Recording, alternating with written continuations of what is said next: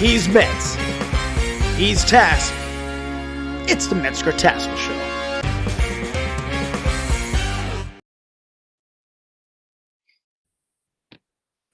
Dude, I feel like a celeb all of a sudden.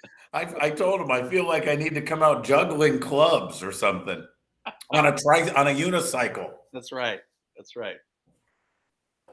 Oh my gosh, too funny. That's great.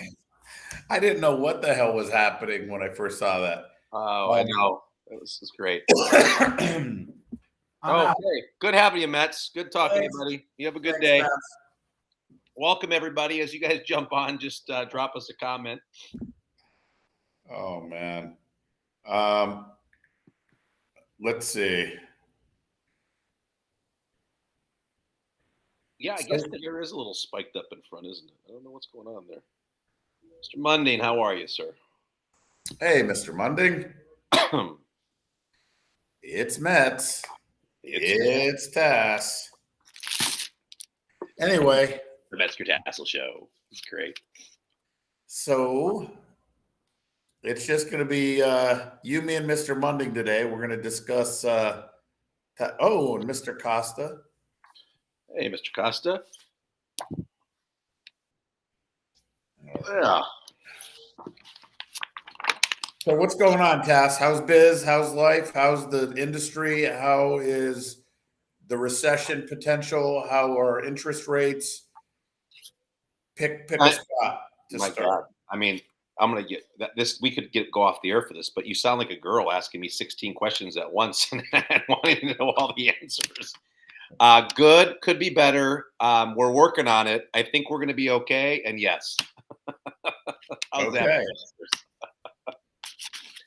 Oh man, now things are good, man. I mean, we like anybody, there's great times and there's times that we need to work on things, and we had a great last 2 months of enrollments, but now comes the hard work and making sure that we keep everybody right.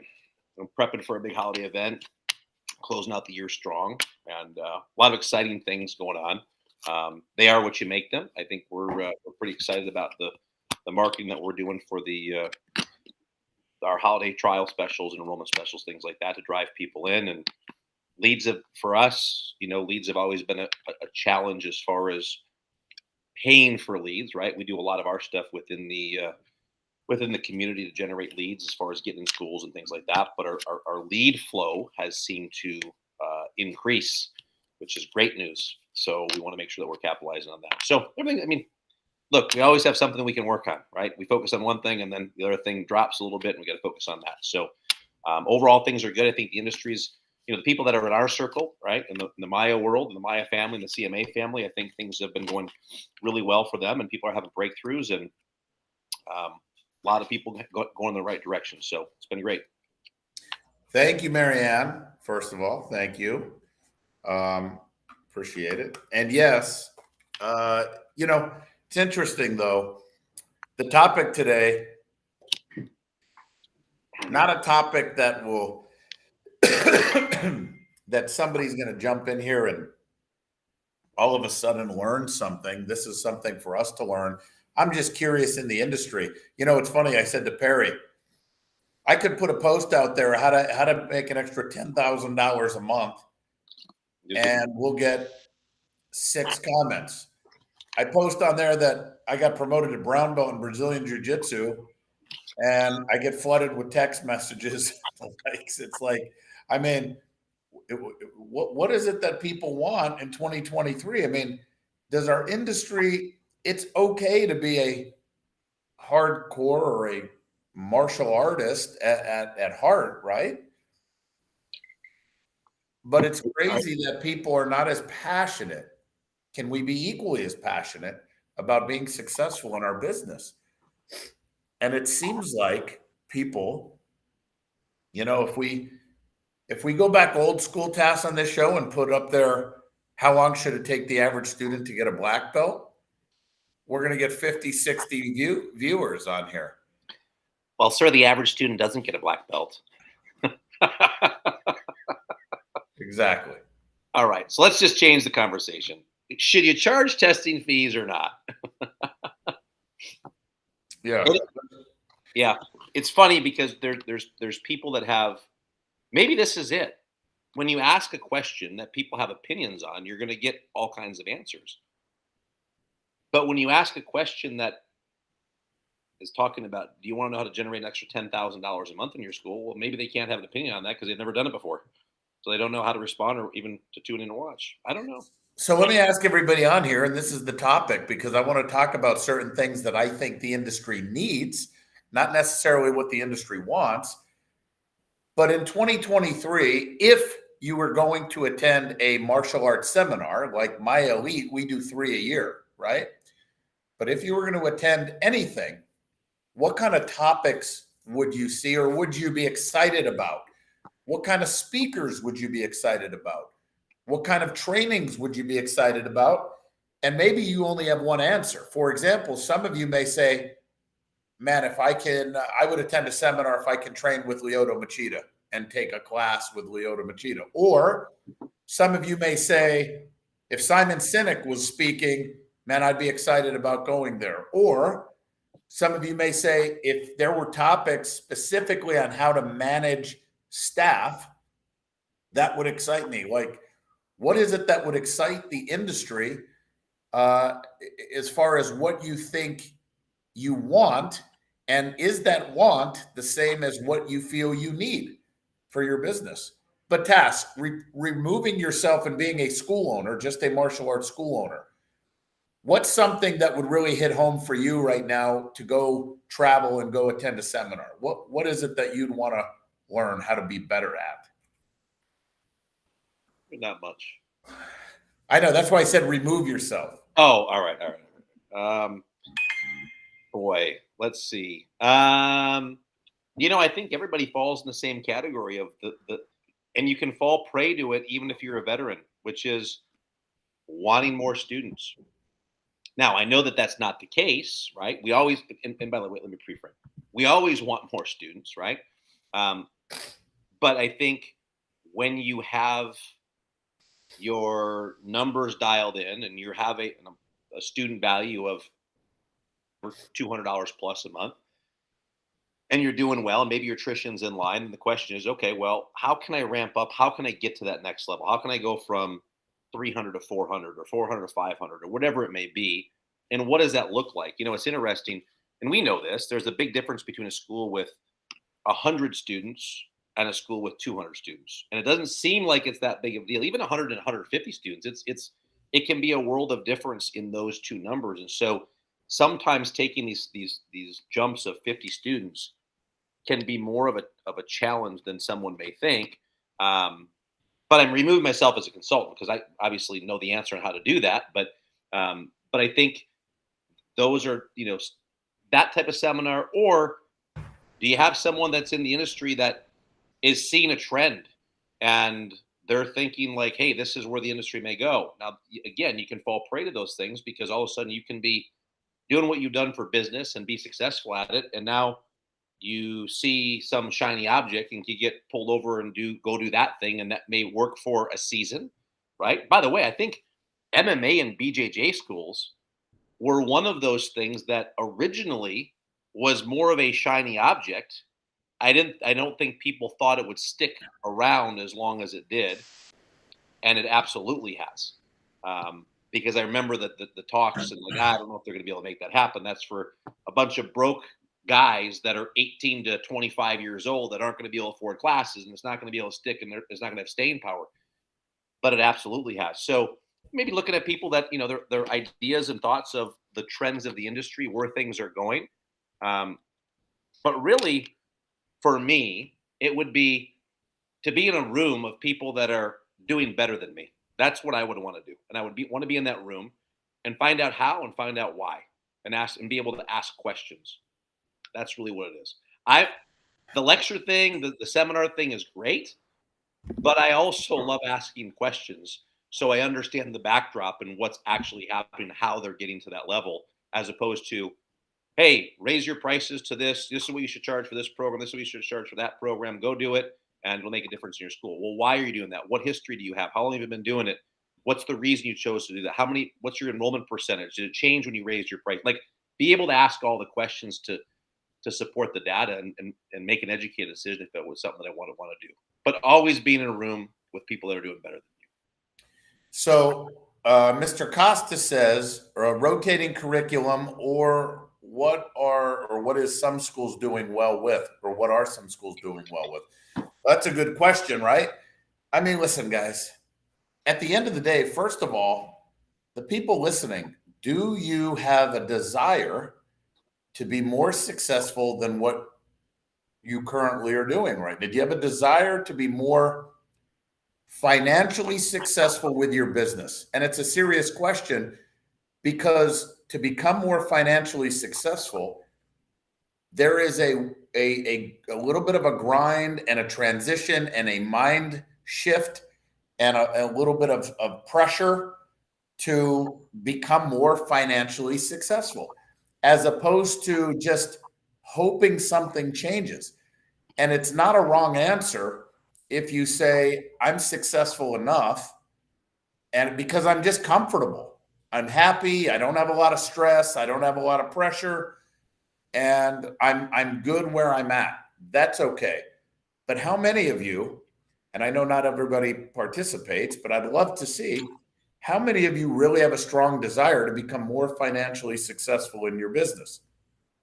Period. Don't put other stuff to that context, to that sentence. You don't have to say, why, if I have to charge my clients, unfairly, or feel like they're nickel and dime. The question is, do you have a desire to be more financially successful in your business? It's yes, I do, or no, I don't. And if so, we want to know the topics that you would be excited about hearing. And for example, Mr. Costa put rotating curriculum.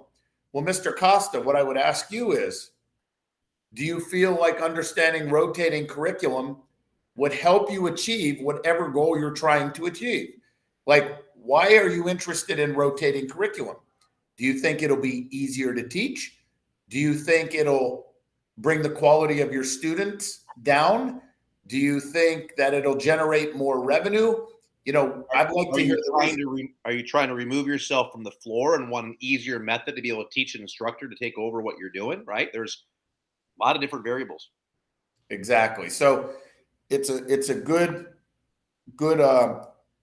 answer to the question as far as what you'd like to see, but I'd like to understand the why behind it. And Mr. Munding, intense program director training, setup and managing CRM and website. That's interesting too. And of course, we want that to where we can systemize, I think, the business a little bit and remove ourselves, as opposed to being someone, and I'm not saying, Mr. Munding, you are, because I know you're not at this point anymore, but a lot of you watching this may be all of that. You may be the head instructor, the owner, the program director, the secretary, the marketer, right? What is it that this industry can provide to you that would help make your life or your business better? And that's what we're trying to understand. Do you see that from Mr. Rosenthal, Tess? Yes, I do. I want the cash. And hey, listen, half the battle, 90% of the battle is being ready. Well, maybe 10% of the battle is being ready, but the 90% of the battle is being willing to execute and implement. So if that's truly where you're at, that call you have with Mr. Klingenmeyer on Friday will be a game changer for you for sure. It will. Schedule changes and upgrades. Yeah, it's tough. And Mr. Costa says yes, because right now I'm doing it all, maybe all. I'm doing all of it because I am doing an ABC schedule, and right now I feel like the quality of my students is declining. I know I have a lot of material, and it seems to be more memorization. So I'm trying to figure out what's the most important things in a rotating curriculum. Well, in a rotating curriculum, there's pros, there's cons. One of the pros is there's zero downtime with a rotating curriculum. There's never a time with rotating curriculum that you're going to send students off or have them sit against the wall or work over there while you focus on this group for a minute and do stuff over here. Like, everyone's on the same page, going at the same pace, training, same pace as far as what they're learning, not necessarily the same pace of how they're executing. But that's something that, I think we've had talks on that, I believe, Mr. Costa, and you just have to get a better understanding. And sometimes people are more visual. And I would say this: come down to Orlando, spend a day and a half or 2 days, and travel around to our schools and watch the flow and the quality of our students and the way we do a rotating curriculum. Because it's not that I don't believe, I know we do not do rotating curriculum like the majority of people in this industry. We do it differently, but it's because I felt the traditional way of doing rotating curriculum did decline the quality of our students. That's what I felt. So I had to figure out a way on how to make this fit a win-win-win. Quality of students, retention, easier to teach, more systemized. I wanted to check all the boxes, not just some of the boxes. So you guys got to open your minds here, because here's the thing that we don't know in the industry, and I say this all the time. Just because we have the same terminology, for example, upgrade. If you are sitting there right now and saying, upgrades, I'll never do upgrades, or rotating curriculum, you're sitting there right now saying, I will never do rotating curriculum. Understand that we have different definitions of what those mean. My upgrade definition is maybe not the same as the way you define an upgrade, or my rotating curriculum is not the way somebody explained rotating curriculum to you. So you got to keep an open mind and learn. And if you want to say, well, explain it, call me and I will. I'm not going to do that, for everybody, on a public show necessarily, because not everybody wants to know, or most of the people on here, they do know our way of doing a rotating curriculum. But just remember, we want to check all the boxes. I do want my cake and eat it too, right?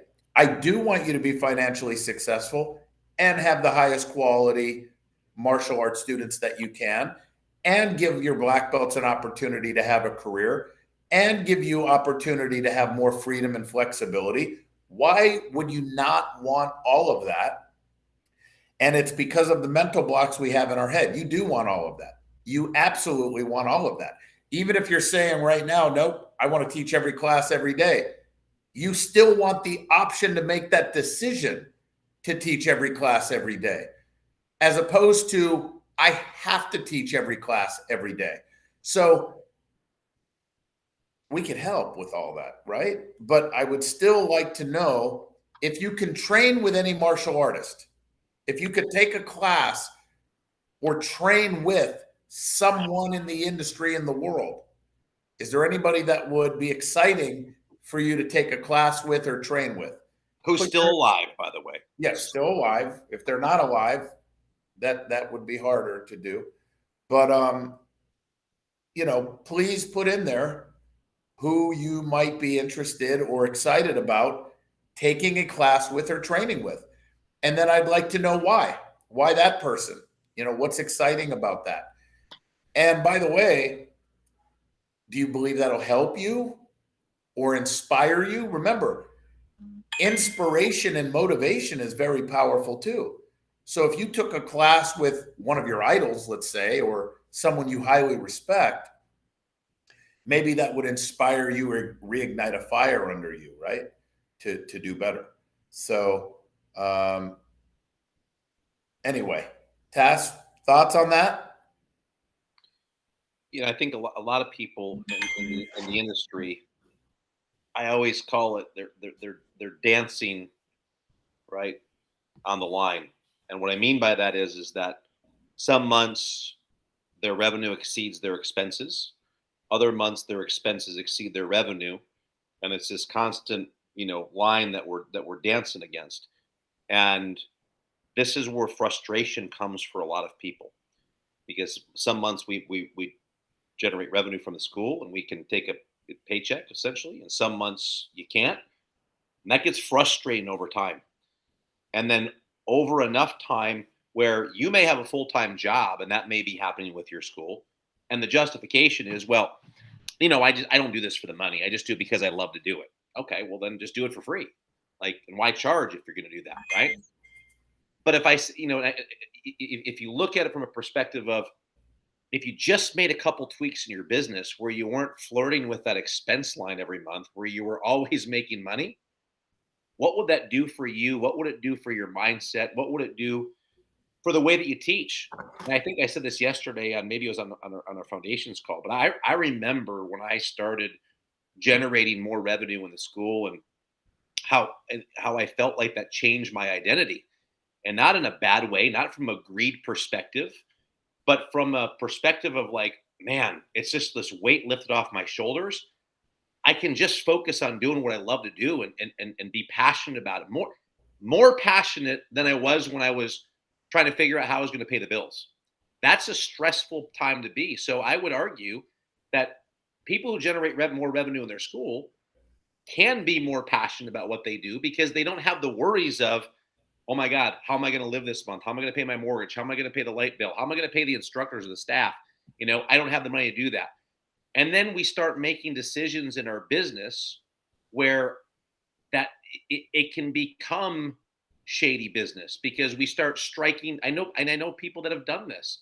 They start striking deals in their martial arts school because they need to get cash flow, and they're not treating everybody fairly in their school. And I think, I've been with other companies in the past, and consulting companies, and it felt like I was playing cards always with one card under the table. It just didn't feel like it was honest and upfront. And I was talking to a client yesterday, and we were talking through some things, and it's always about calling out the elephant in the room, and being honest.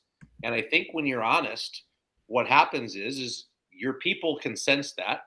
They understand that you're being honest and transparent, and usually you're going to get a better response to that, as opposed to playing with one card or a deck of cards under the table. And all that to say, like, anybody can do what they want to do in this business, in this industry, and it's up to you to do what you want. Is it going to take work? Of course. What got you to where you are is not going to get you to where you want to go, and we know that. So if you want things to be different moving forward, you're going to have to make some adjustments. But this happens with our own teams. Sometimes our own teams, we're majoring in the minor things, and we're so focused on all the wrong things that it's not affecting the right things. So we need that coaching to get focused on the right things in our school. Some of us may be focused on, and this is like no hit on Mr. Costa, but we're focused on rotating curriculum. We're focused on getting our app done. We're focused on creating this new program. That's all well and fine, if that's where your focus needs to be. But as a coach or a consultant, we're going to dive in, right? We dive in and look at where you're at, and we say, okay, well, if we flip that lever, that's going to open up a lot more revenue and cash flow. That's going to be the fastest way for us to lever up the school and get you to where you want to go. And this is just what we do over and over. And it's what we do in our own schools as well. We determine, okay, what is it that we need to focus on? A lot of people in life, this is natural, right? People in life, you decide that you want to get more spiritual. So you start attending church on a regularly on a Sunday. And then you're going down that avenue. And then you're like, man, my eating got out of control. I got to get back on track with that. And like, oh, my financial goals, I got to get back. So we focus in these lanes. And when we start to focus in one lane or one area, something else starts to fall. And this can happen in our school, in our business, because sometimes we're so focused on the busy that we're not focused on the right things in the business. And I think that's probably one of the biggest lessons that I've learned. And now, of course, I know how to identify that and be able to really pinpoint those things. And now it's just getting the team to buy in and follow that direction. But I think a lot of people in their business don't know what to do, because most people don't track their numbers. They don't track stats. They hate even hearing the word stats. But it's very difficult to get where you're going if you don't have some sort of a gauge and you're trying to do it all by gut feel. Can you have a level of success? Of course you can. Can it be duplicated and replicated? Going to be very hard to do that if you don't have systems and measurements of tracking measurements to get you to where you want to go, and be able to have those targets and the processes in place to get there. So there's so much, man. It's just, the more I do this, and the more I talk to school owners, and I talk to a lot of school owners, it's natural that I'm going to just understand the business at a deeper level. And the deeper that you understand this business, what my job is to make it easy and articulate it in a manner that's easy for somebody to go implement. Because the easier it is to go do it, the more likely you're going to do it and get results. It doesn't mean it's always going to be easy, but conceptually, here's what we need to go do. Let's go do it, and then we see the benefits, rewards from our work. Is anybody concerned watching this? And just thumbs up or yes or no. Is anybody concerned with the interest rate hikes that the general public is going to start holding onto their money a little bit more, and you might start feeling that trickle into your business? Are you concerned at all that business could slow down going into 2023? And my thought is if we feel anything, my thought is end of first quarter going into second quarter. But is there anybody watching this that has concerns that it may get a little tougher for you in your business? Mr. Munding says yes. Anybody else have a thought on that? Anybody want to show themselves on here? Comment? So, Mets, people certainly can be concerned about it. I think people need to potentially prepare for it, right? And what does that look like? Well, maybe that looks like, you've got a business savings account. You're starting to shuttle money over there for a rainy day in hopes that it doesn't rain, right? So I'm not saying ignore it, but what I am saying is that there can be a recession. You can choose not to attend, or you can be the guy that says, we're in a recession. This is why our school sucks. And you've said this before. If you're going to tell me, well, I just can't get my schools, or the people in this area are just different. Well, if that's what your belief is, then the people are different, and you're never going to grow, right? And so I think there's obviously some precautions and measures that we need to take, but also on the flip side of that, we can't say and we can't blame the economy for our struggle in our schools, because it can be, it doesn't have to be, but it can be an easy excuse for people to push blame, as opposed to, did you market more? Did you get out in the community more? Are you working on your retention more? Are you working on your program and making sure it's solid? Are you doing all of those things and doing the best of your ability to set up that moat around your castle to protect yourself from any possible thing that comes in?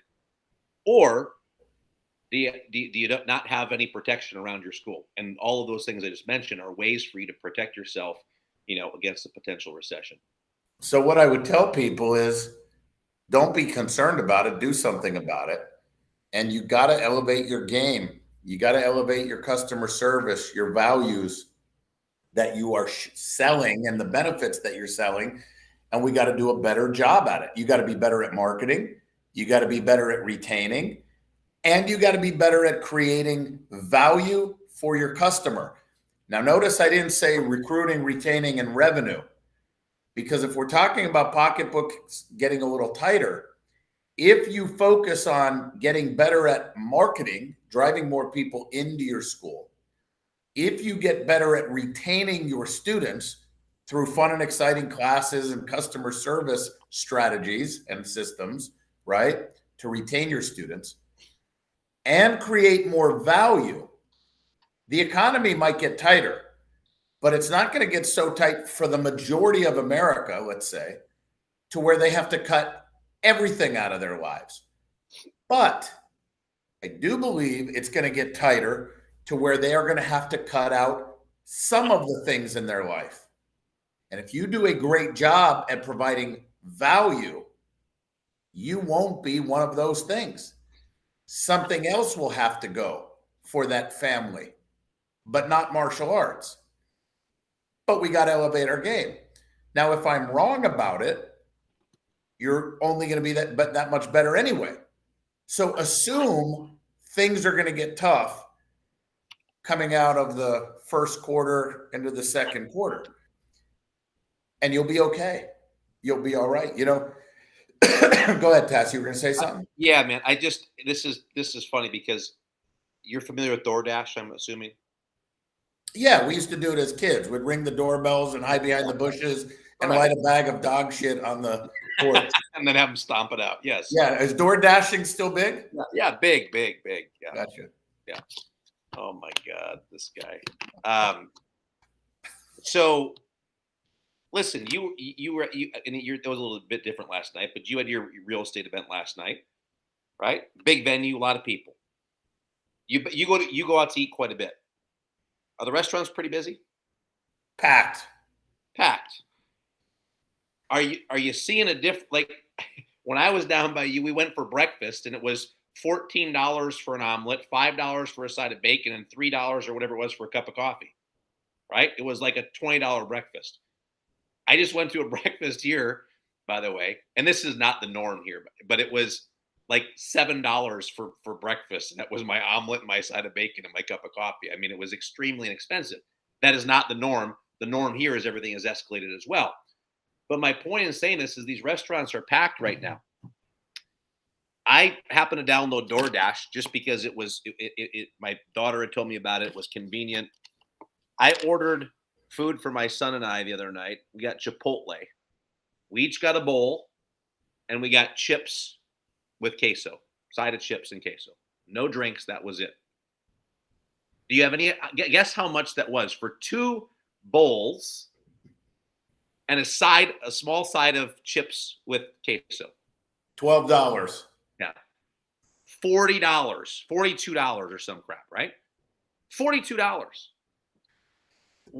I know. I'll just say this: I know somebody who ordered 2 powered energy drinks and a candy bar, had it sent to the wrong address and to the home address, but wanted it sent to the school address. So ordered again to have it sent to the school address. For 4 energy drinks and 2 candy bars, it was $42.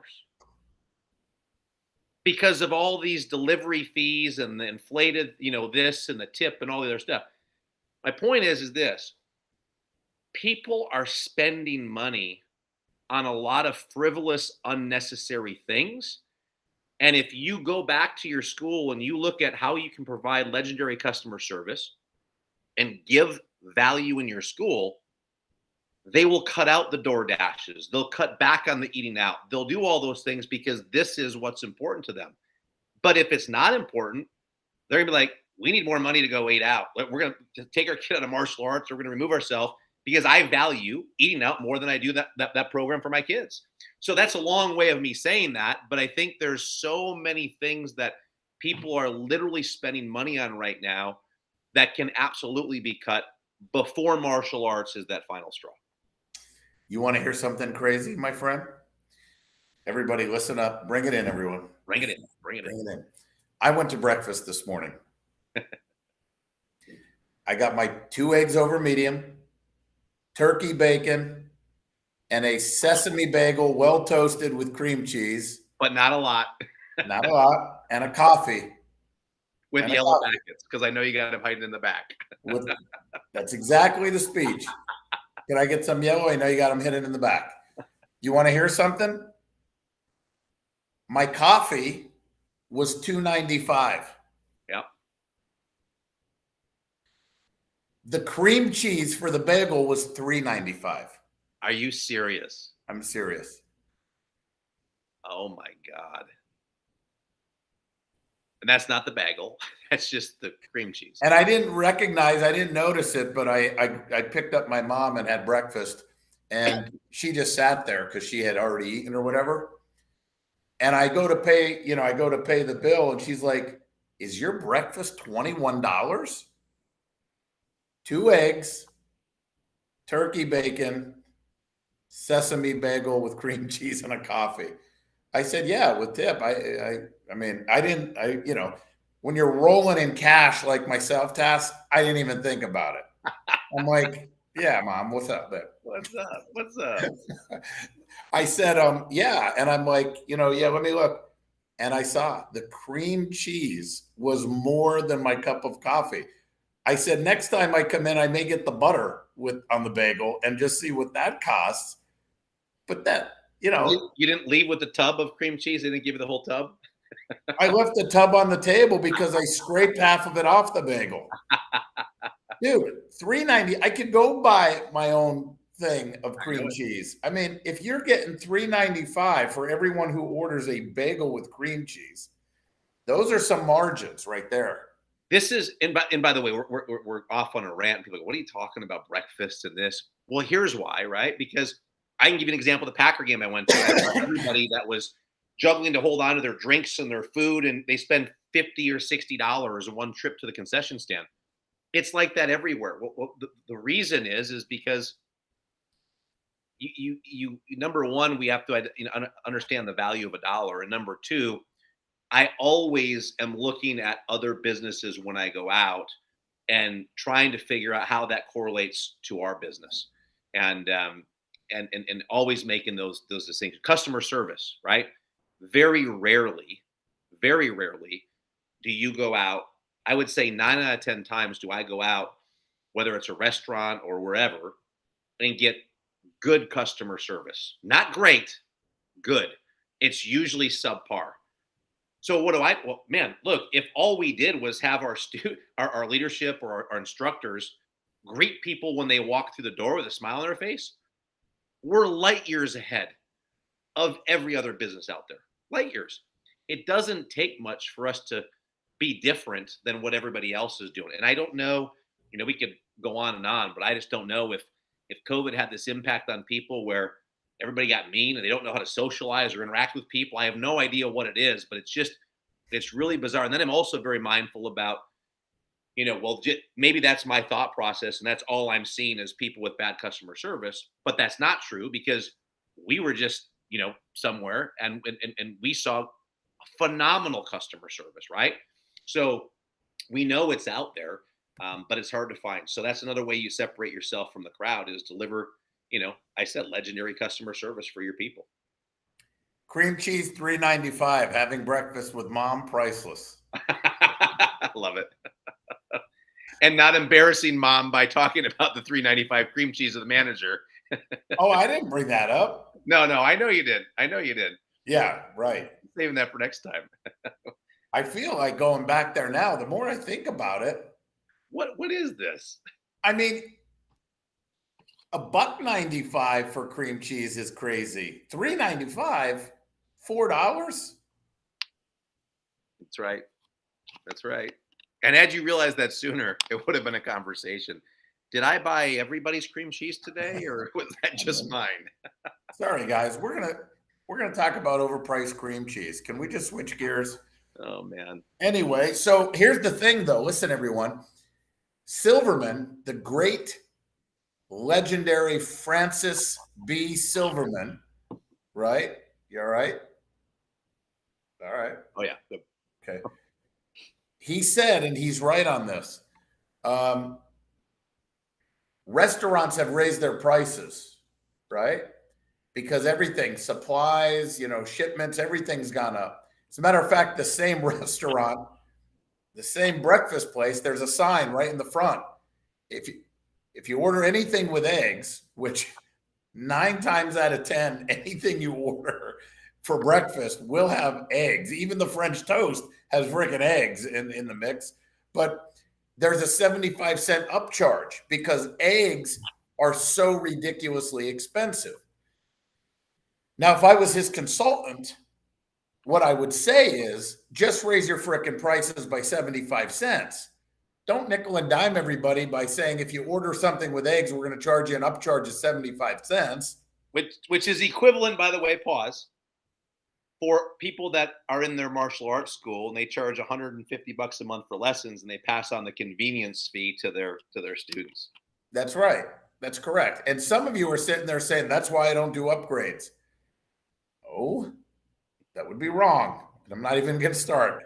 But my point is, let's say, because other restaurants have done this, let's just say for 2 eggs over medium, bacon and toast, however you want them prepared. We don't have to be over medium. Let's say it was $10 a year ago, and today it's $11 on the menu, right? So he didn't just get an extra 75 cents, he just upped it $1, right, for that same meal. So it's $11. Do you think when all things go back to normal, restaurants are going to change their menu? When the egg prices go down, do you think he's going to change all his menus and then put it back to $10? Well, how many martial arts schools have done that? How many of you have raised your rates and then go, this year things are down, I'm going to lower my rates by 10? It doesn't happen. It doesn't happen. And you're not going to do it. And neither are the restaurants. And we're going to get accustomed to paying premiums, which in the future will not be premiums. So what did we do back in 2010 during the crash when we were struggling a little bit back in the day? Back in 2010, when the real estate market collapsed, the banking industry kind of was collapsing, and it was a tough time. You know what we did? We raised rates. Why did we raise rates?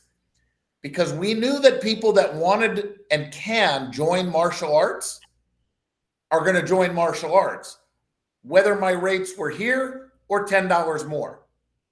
So you could raise rates right now by $10, by $20 a month, whatever you want to do, because people coming in off the street, they don't know what you charge anyway. And I know you're going to say, well, they talk to their friends and family. Yeah, no problem. I talk to friends and family too. I just bought a new car back in June, but I know what I could have paid last June for that car, and I didn't pay that. I paid a lot more today.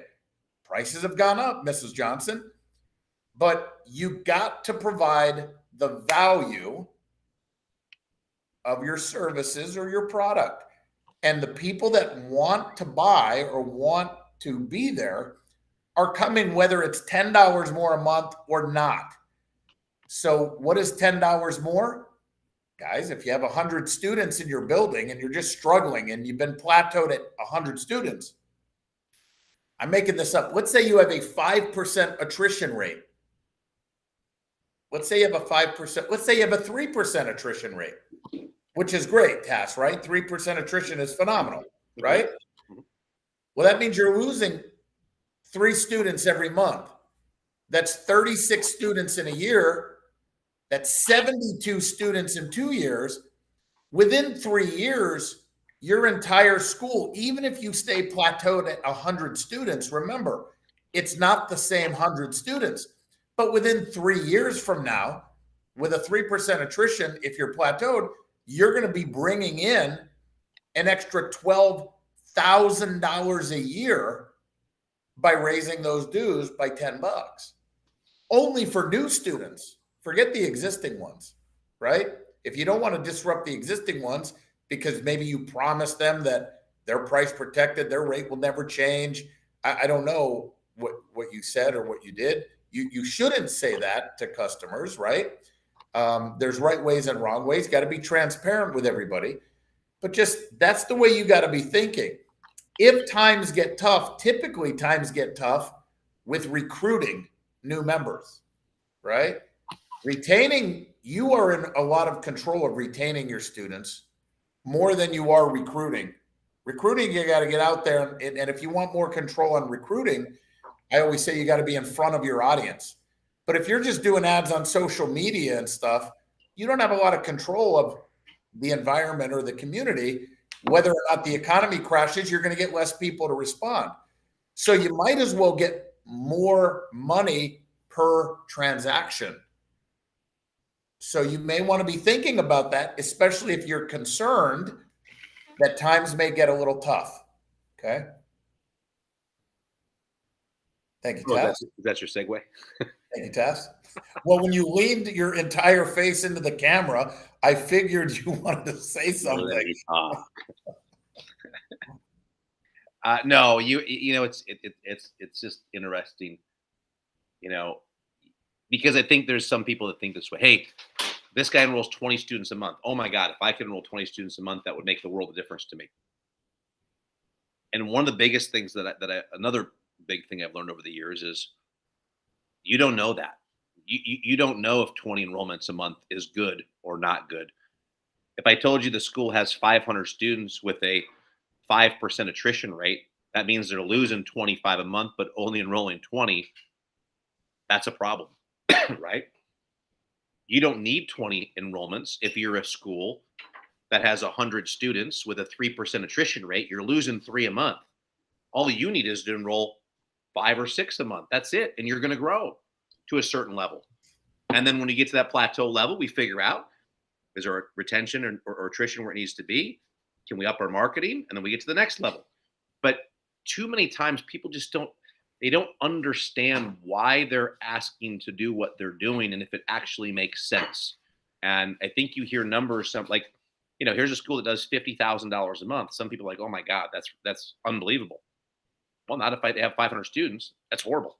Like, everything is relative, and you have to understand the why behind it and what's going to make the biggest impact, in your business. And sometimes we struggle trying to figure out what those things are.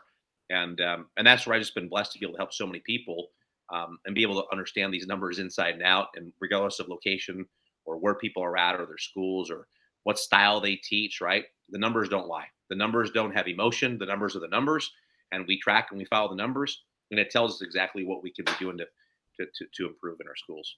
So we didn't get any ideas on who people wanted to see for a martial artist, who they wanted to see for speakers, what topics they want us to talk about. Rotating curriculum and intense program director training. I would love to talk to the Korean cheese manufacturers and find out why it's so expensive. I agree with that. And by the way, I think we might have a great keynote for our next Game Changers, everyone, March 24th and 5th in Orlando, Florida. Our next event, our next seminar. Someone who was at our real estate party last night. Oh, very good. That would be fantastic. Yep. And hey, well, I'll talk to you off camera. It's about the rash. Oh, is it back? Got it. All right, we'll talk. Better than ever. Oh, too funny. No, it's about investments, everybody, investments. But it's just interesting, and I'll tell you. No, Mr. Johnson, MC Hammer won't be our keynote for March, even though it'd be interesting. Yes, it would. Tom Vu. Tom who? Not Tom Who. Tom Vu. Tom Vu. Anyway, well, guys, look, we asked. Nobody wants to participate. Is there anybody that you'd want to come see as a speaker at a martial arts event or train with? I mean, man. But you know what, guys? Here's the thing. You go back 30 years ago, Jim Rohn, Tony Robbins, there were so many martial arts heroes, right? Chuck Norris is just getting a little older, still great, but you're not going to get out there and just start training and, like he was years ago, right? But you had martial artists, even back in the day when Seagal was the action star or Van Damme was the action star, or some of you Kempo guys when Jeff Speakman came out with his couple movies, right? But we don't have those guys anymore like today. Not like that. Yeah, it's been a while, man. And I'm not saying those, arguably are the great martial artists or not great martial artists, but they were martial arts action stars, right? You know who I'd love to meet? Liam Neeson. Okay. He's out. He's just, he's one of those guys that you just wouldn't picture as a martial arts guy. All right. Look, Mr. Johnson says, I'd love to hear the insights on how the industry has developed and what practices are now outdated and other strategies are now best practices. That's a great statement or question. But here's the thing. If it's working, don't fix it or don't change it. Right. There are certain things that will never be outdated. Never. For example, your structure sweater. Never outdated. I could wear that for the next 60 years and pass it on to my kids, and they'll still be cool. Tess, do you like cracking yourself up? Oh man, that's good. I'm an easy target. You want to keep making fun of my Go ahead. I guess next is going to be my Jordashes. Yeah, that's right. Oh my God, Jordashes.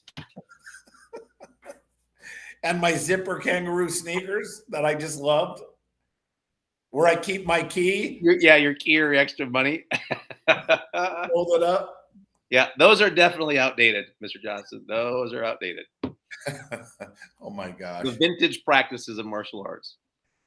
Keanu Reeves. Yeah, I'll try to make a call. Get Keanu. Anyway, I'm sorry, I got sidetracked with the structure. Oh, being face to face in front of your audience. That will never change. That's ever. correct. Ever. More important now than never. Upgrades will never get outdated. Right. Never, ever. Did I tell you I paid $3.95 for cream cheese? That's called nickel and diming. That's called a bad upgrade. That's a bad upgrade. Okay. Right on.